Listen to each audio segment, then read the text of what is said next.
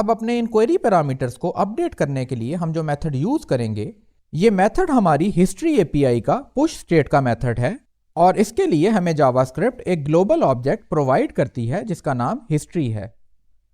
और इस मेथड का नाम पुश स्टेट है। अब फाइनली यहां एंड पर आकर हम हिस्ट्री डॉट पुश स्टेट के इस मेथड को कॉल कर सकते हैं और यहां पर तीसरे आर्गुमेंट के तौर पर अपने इस यूआरएल को पास कर सकते हैं। इस फाइल को सेव करके हम अपने ब्राउजर में चलते हैं और अब अगर हम किसी फिल्टर को चेंज करके देखें तो आप देखेंगे कि इसकी वैल्यू हमारे क्वेरी पैरामीटर्स में पुश हो गई है, लेकिन इस बार हमारा पेज रीलोड नहीं हुआ। तो यहां पर हमारा पॉप स्टेट का यह इवेंट उस वक्त फायर होता है जब हम अपनी हिस्ट्री को पुश स्टेट के मेथड के जरिए मॉडिफाई करने के बाद ब्राउजर के फीचर्स जैसे कि बैक और फॉरवर्ड के बटन्स को यूज करके इस हिस्ट्री में नेविगेट करते हैं। अब अगर हम इस फाइल को सेव करके इसके रिजल्ट्स को अपने ब्राउजर में देखें और अपने इन फिल्टर्स की वैल्यूज को चेंज करके देखें तो आप देखेंगे कि जब हम बैक के इस बटन को क्लिक करेंगे तो हमारे ये चेंजेस सही तरीके से हमारी यूआई में रिफ्लेक्ट होंगे।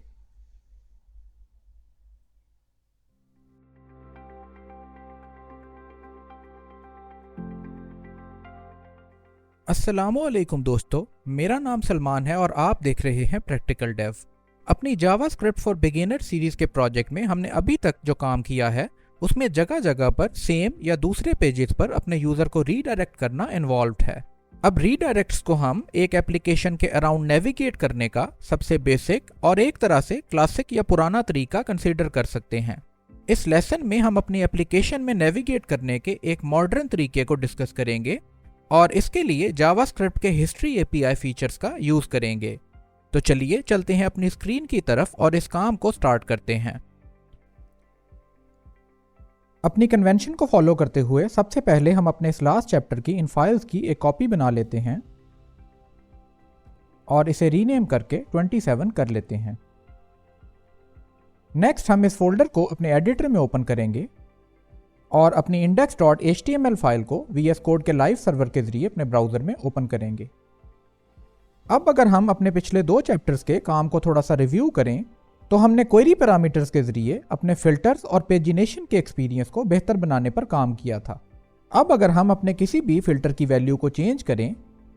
तो ये वैल्यू हमारे क्वेरी पैरामीटर्स में ऐड होती जाएगी और यही सेम केस हमारी पेजिनेशन के साथ भी होगा। तो अगर हम यहाँ से फॉर एग्जाम्पल पेज 2 को सिलेक्ट करें तो आप देखेंगे कि पेज 2 का ये क्वेरी पैरामीटर हमारे यूआरएल में ऐड हो गया है।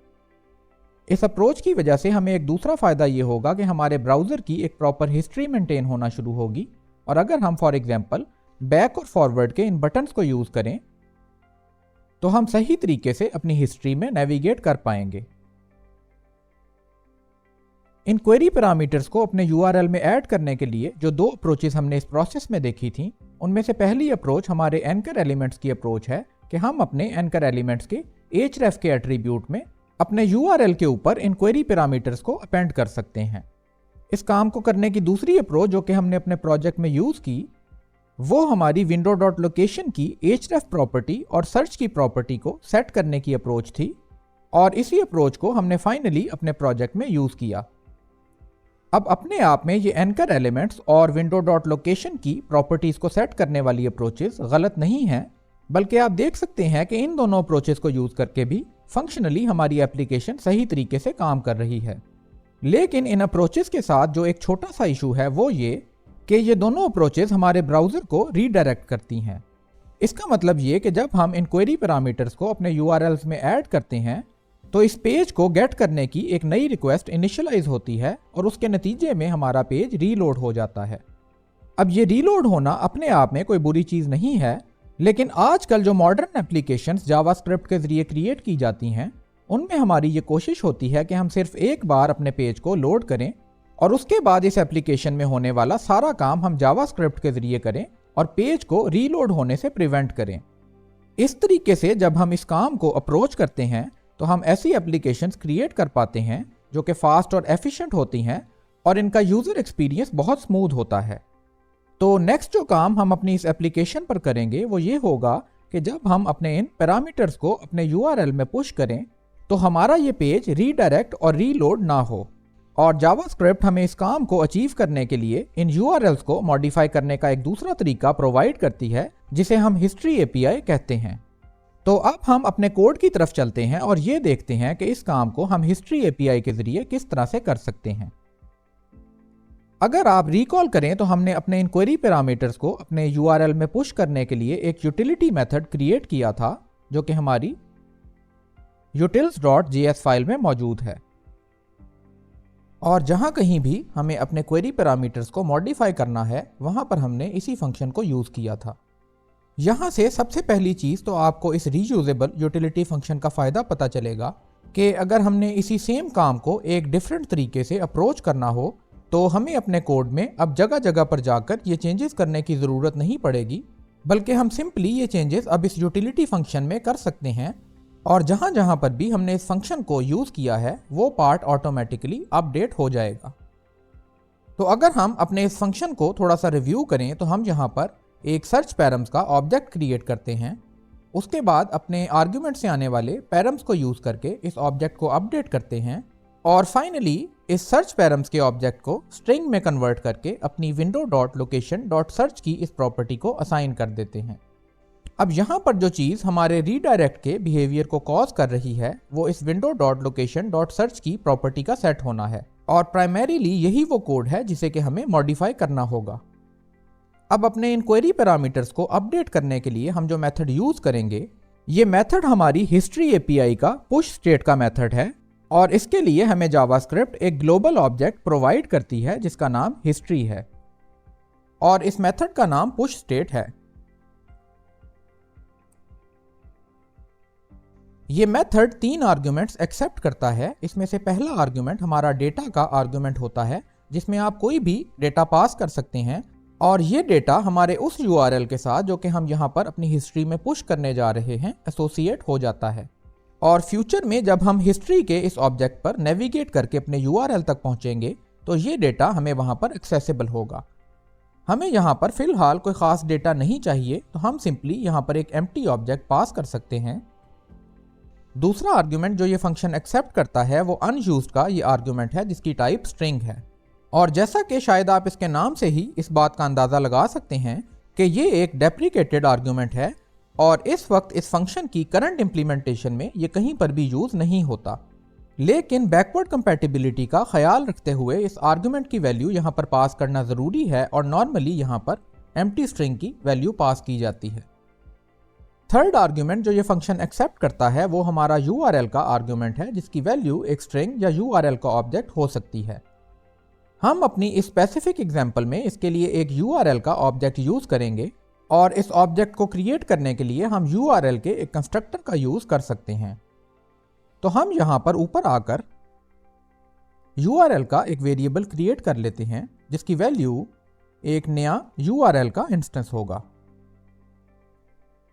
इस कंस्ट्रक्टर के आर्ग्यूमेंट्स में हम अपनी करंट window.location की वैल्यू को पास करेंगे, और ये हमारी करंट लोकेशन से रिलेटेड इंफॉर्मेशन को लेकर URL का ये ऑब्जेक्ट कंस्ट्रक्ट कर देगा।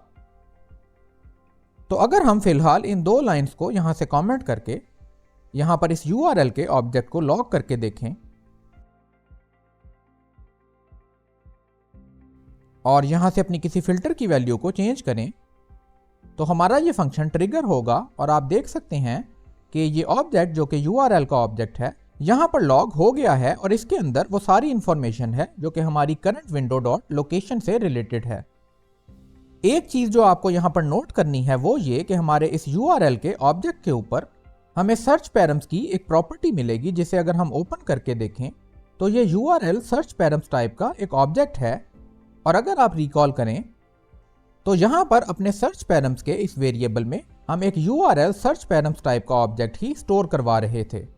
तो इससे हमें ये पता चला कि अगर हम एक पेरेंट URL ऑब्जेक्ट क्रिएट कर लें, तो इसके अंदर ऑलरेडी सर्च पैरम्स की ये वैल्यू मौजूद होगी। तो हम यहां से इस सर्च पैरम्स के वेरिएबल को रिमूव कर सकते हैं, और जहां पर भी हमने इस वेरिएबल का यूज किया था, वहां पर हम इंस्टेड URL.searchParams की इस प्रॉपर्टी का यूज कर सकते हैं। अब फाइनली यहाँ एंड पर आकर हम हिस्ट्री डॉट पुश स्टेट के इस मेथड को कॉल कर सकते हैं और यहाँ पर तीसरे आर्गुमेंट के तौर पर अपने इस URL को पास कर सकते हैं। इस फाइल को सेव करके हम अपने ब्राउजर में चलते हैं और अब अगर हम किसी फिल्टर को चेंज करके देखें तो आप देखेंगे कि इसकी वैल्यू हमारे क्वेरी पैरामीटर्स में पुश हो गई है, लेकिन इस बार हमारा पेज रीलोड नहीं हुआ।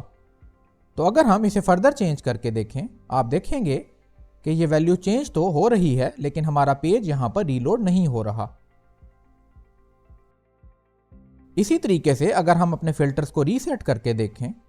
तो आप देखेंगे कि ये सही तरीके से काम कर रहे हैं। नेक्स्ट हम इसी फंक्शन का यूज अपनी पेजिनेशन पर देख लेते हैं। तो अगर हम यहां से अपने किसी पेज को चेंज करके देखें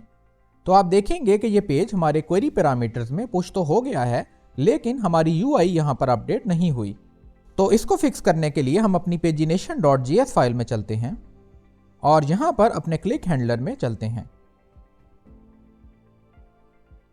आप देख सकते हैं कि यहां पर हम प्रिवेंट डिफॉल्ट के इस फंक्शन को कॉल करने के बाद यहां पर क्वेरी पैरामीटर्स को पुश कर रहे हैं, लेकिन किसी भी तरह से हम अपनी UI को अपडेट नहीं कर रहे। हमारी पिछली अप्रोच में हो कुछ यूं रहा था कि ये फंक्शन हमारे पेज को रीडायरेक्ट कर देता था और पेज रीलोड होने की वजह से हमारा पेज दोबारा से रेंडर हो जाता था। और क्योंकि अब हम अपने इस पेज को रीलोड या रीडायरेक्ट नहीं करवा रहे तो हमें यहाँ पर एक्सप्लिसिटली अपनी UI को दोबारा से रेंडर करना पड़ेगा और उसके लिए हम जानते हैं कि हमारे पास हमारी properties.js फाइल में रेंडर प्रॉपर्टीज का ये मेथड है और इसी मेथड को हम यहाँ पर कॉल करेंगे। और अब अगर हम चलकर अपने ब्राउजर में देखें तो आप देखेंगे कि अब जब हम अपने पेजेस को चेंज करेंगे तो इनका इफेक्ट हमें अपनी UI में भी नजर आ जाएगा। अब जैसा कि हमने ये देखा कि जब हम पुश स्टेट के इस मेथड को यूज करके अपने URLs को मॉडिफाई करते हैं तो हमारा पेज रीलोड नहीं होता और ऑटोमेटिकली हमारी UI अपडेट नहीं होती और इसीलिए हमें यहाँ पर रेंडर प्रॉपर्टीज के फंक्शन को एक्सप्लिसिटली कॉल करना पड़ा। तो इसी रीजन की वजह से आपको यहाँ पर एक साइड इफेक्ट और नजर आएगा और वो साइड इफेक्ट ये है कि अगर फॉर एग्जांपल हम अपने इन पेजेस को अपने बैक या फॉरवर्ड के इन बटन्स के जरिए नेविगेट करें, तो अगर मैं फॉर एग्जांपल बैक के इस बटन को क्लिक करूं तो आप नोट करेंगे कि यहाँ पर हमारे पेज की वैल्यू बदल गई है, लेकिन ये चेंजेस हमें हमारे UI में रिफ्लेक्ट होते नजर नहीं आए। तो अगर मैं फॉर एग्जांपल इस पॉइंट को क्लैरिफाई करने के लिए फॉरवर्ड के इस बटन को क्लिक करूं तो आप देखेंगे कि वापस हमारे पेज की वैल्यू 1 हो गई है, लेकिन ये चेंजेस यहाँ पर रिफ्लेक्ट नहीं हो रहे। इसी तरह अगर हम एक दफ़ा फिर से बैक करें तो हमारे पेज की वैल्यू चेंज होकर 3 हो गई है, लेकिन ये चेंज यहाँ पर रिफ्लेक्ट नहीं हुआ। तो यहाँ पर सवाल ये पैदा होता है कि जब हम अपने URL से रिलेटेड ये चेंजेस अपने कोड के थ्रू करते हैं तब तो हम वहाँ पर अपने रेंडर प्रॉपर्टीज के इस फंक्शन को कॉल कर सकते हैं, जैसा कि हमने इस पेजिनेशन के केस में किया कि जब हमारा पेज का कोई लिंक क्लिक होता है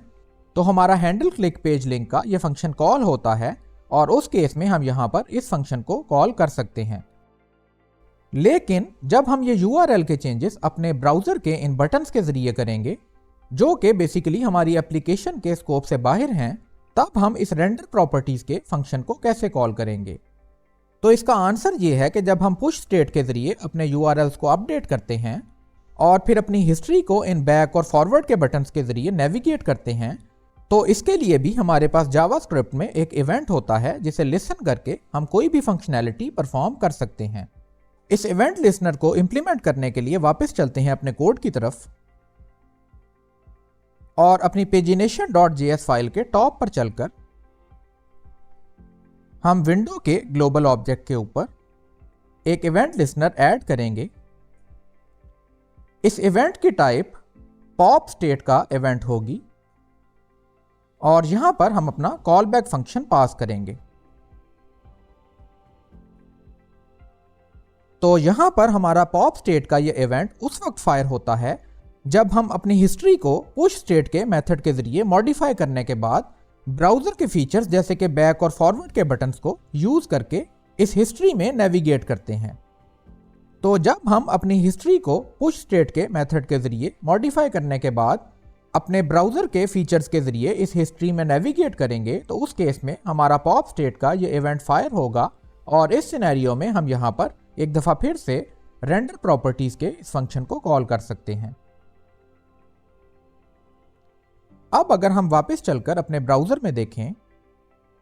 तो अब हम जब अपनी हिस्ट्री को इन बटन्स के ज़रिए नेविगेट करेंगे, फॉर एग्जांपल बैक के इस बटन से, तो आप देखेंगे कि हमारा रेंडर प्रॉपर्टीज़ का ये फंक्शन कॉल होगा और इसके साथ ही हमारी यूआई अपडेट हो जाएगी। इसी तरीके से अगर हम फॉरवर्ड के इस बटन को क्लिक करें, तो आप देखेंगे कि हमारी यूआई यहाँ पर अपडेट हो गई है। एक और चीज़ जो कि पॉप स्टेट के इवेंट से रिलेटेड इंपॉर्टेंट है, वो ये कि अगर हम अपनी यूटिल्स की इस फाइल में चलें, तो यहाँ पर अगर आप रिकॉल करें तो हमने पुश स्टेट के इस मेथड में 3 आर्गुमेंट्स पास किए थे और इनमें से पहला आर्गुमेंट स्टेट या डेटा का ये आर्गुमेंट था। हमारे स्पेसिफिक यूज केस में हमें यहाँ पर कोई डेटा नहीं चाहिए, लेकिन अगर फॉर एग्जांपल आपको कोई डेटा अपने इस यूआरएल से एसोसिएट करना हो तो आप उसे यहाँ पर लिख सकते हैं। फॉर एग्जांपल मैं इस ऑब्जेक्ट को पॉपुलेट करके यहाँ पर फर्स्ट नेम की एक प्रॉपर्टी ऐड कर लेता हूँ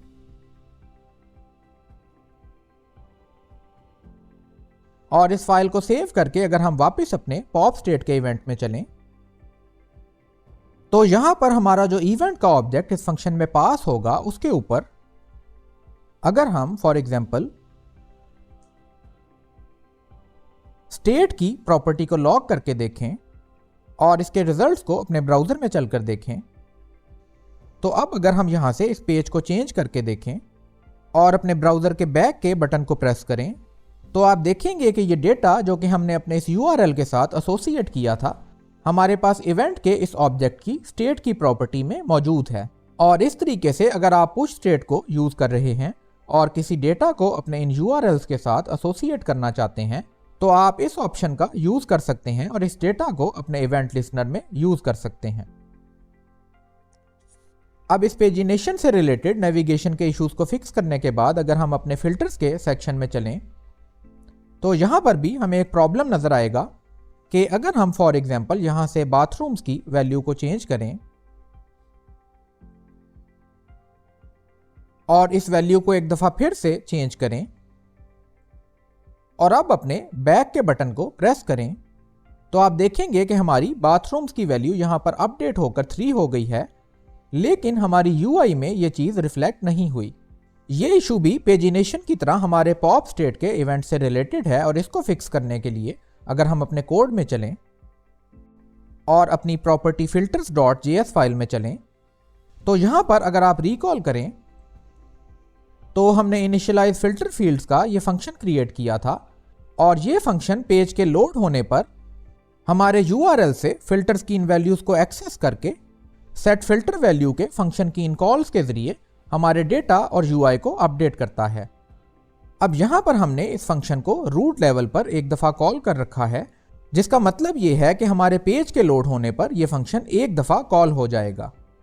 और अगर हम अपने ब्राउजर में चलें, तो हमारा यह पेज एक दफा लोड होने के बाद अब इन बैक और फॉरवर्ड के बटन्स को प्रेस करने से रीलोड नहीं हो रहा और इसी वजह से हमारा इनिशियलाइज फिल्टर फील्ड्स का यह फंक्शन कॉल नहीं हो रहा और ये वैल्यूज हमारे यूआरएल के चेंज होने से अपडेट नहीं हो रही। तो हम यहां पर अगेन अपने पॉप स्टेट के इवेंट का यूज कर सकते हैं और अगर हम इस इवेंट को यहां पर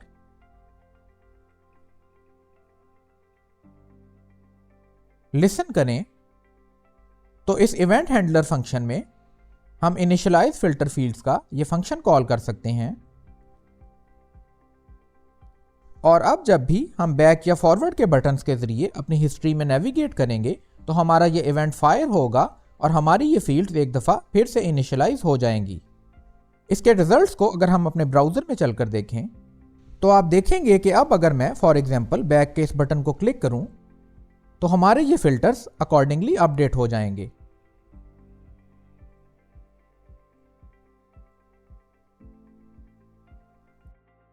एक एडिशनल चीज जो कि हम अपनी फिल्टर फील्ड्स को इनिशियलाइज करवाने के बाद कर सकते हैं, वो ये कि अपनी प्रॉपर्टीज को दोबारा से रेंडर कर सकते हैं। अब अगर हम इस फाइल को सेव करके इसके रिजल्ट्स को अपने ब्राउजर में देखें और अपने इन फिल्टर्स की वैल्यूज को चेंज करके देखें, तो आप देखेंगे कि जब हम बैक के इस बटन को क्लिक करेंगे, तो हमारे ये चेंजेस सही तरीके से हमारी यूआई में रिफ्लेक्ट होंगे।